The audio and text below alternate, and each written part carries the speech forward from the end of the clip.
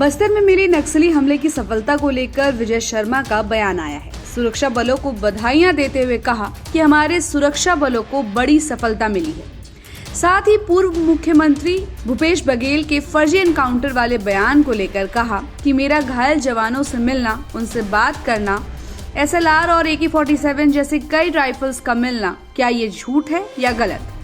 पूर्व मुख्यमंत्री भूपेश बघेल के बयान को दुर्भाग्यजनक बताते हुए उन्होंने कहा कि इस तरह का भ्रम प्रदेश में फैलाना गलत है। देश के एक वक्त के मुख्यमंत्री होने के नाते उन्हें ऐसा नहीं करना चाहिए। राहुल गांधी के झीरम के बयान को लेकर भी उप मुख्यमंत्री ने कहा कि अगर उनके पास झीरम के सबूत हैं तो निकाले। इसके साथ ही जवानों का अपमान न सहने की बात करते हुए कहा कि इस अपमान की माफी मांगनी पड़ेगी। इसी कड़ी में उन्होंने सैनिकों से उनकी सुरक्षा पहले करने की अपील की।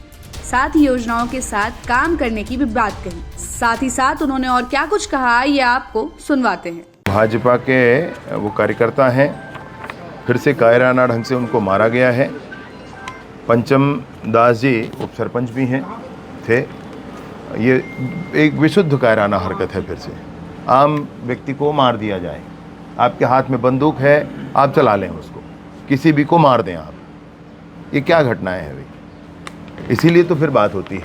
लेकिन सरकार हर क्षण हर समय चर्चा के लिए तैयार है, बातचीत के लिए तैयार है। विष्णुदेव जी की सरकार माननीय अमित शाह जी के मार्गदर्शन में जो इस दिशा में काम कर रही है, उसमें बहुत स्पष्टता के साथ हम लोग ये कहना चाहते हैं कि कोई एक नक्सली, कोई दो नक्सली, कोई छोटा समूह, कोई बड़ा समूह, किसी भी माध्यम से, वीडियो कॉल से या किसी मीडिएटर के माध्यम से कैसे भी बात करना चाहें, हम तैयार हैं। शांति बहाल होनी चाहिए। ये सारा खून खराबा सब समाप्त होना चाहिए और बस्तर के गांव-गांव तक विकास पहुंचना चाहिए। जल जंगल ज़मीन अगर वो मानते हैं कि ये आदिवासियों का है, तो हम भी मानते हैं कि जल जंगल ज़मीन आदिवासियों का है। इसमें कोई संशय नहीं है भाई, इसमें कोई संशय नहीं है। अभी जितनी सुविधा है, मतलब उसमें हेलीकॉप्टर जवानों को मिलने में कहीं देरी नहीं होती है, उनको तुरंत लिफ्ट किया जाता है। एक बात मैं आपसे कहना चाहता हूँ, भूपेश बघेल जी ने कहा कि फर्जी एनकाउंटर। इससे पहले जो विभाग की तरफ से जारी आंकड़ा था, ये लगभग 8 अप्रैल को ये कह रहे हैं कि ये नक्सलियों के द्वारा जारी ये प्रेस नोट है। इसमें मध्य रीजन ब्यूरो केंद्रीय कमेटी, ये ऐसा माओवादियों के द्वारा जारी ये नोट है। इसमें उन्होंने ये कहा कि हमारे 50 साथी शहीद हुए और इसी समय विभाग ने भी प्रेस के माध्यम से ये कहा था कि 50 नक्सली मारे गए हैं। ये पहली बार है।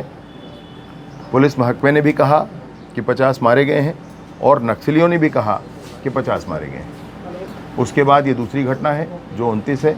सभी के सभी वर्दीधारी हैं और बड़ी मात्रा में असला बरामद हुआ है। कोई कैसे कह सकता है कि ये फर्जी मुठभेड़? ये कोई कैसे कह सकता है? मतलब कहने वाले को एक बार सोचना तो चाहिए। जवानों ने अपने जान की बाजी लगाकर जिस काम को किया है, आप उनका अपमान करेंगे? ये दुर्भाग्यजनक है। मतलब ये है, इंसास मिलता है, AK-47 मिलता है, तो ये क्या है भाई? कहाँ से आ रहा है आखिर? मतलब बहुत बड़ा षड्यंत्र है देश के खिलाफ, बहुत बड़ा षड्यंत्र है और उसमें हमारे ही कुछ लोग मिलकर के इस तरह के काम करेंगे तो फिर नहीं चलता है। और किसी को भी ये अधिकार नहीं है, किसी को भी ये छूट नहीं है कि देश की में जनता मरते रहे और देश के विकास को कोई बाधा करके बैठे रहे और उसका आप समर्थन करते रहें। ये बिल्कुल इस बात की छूट नहीं हो सकती है।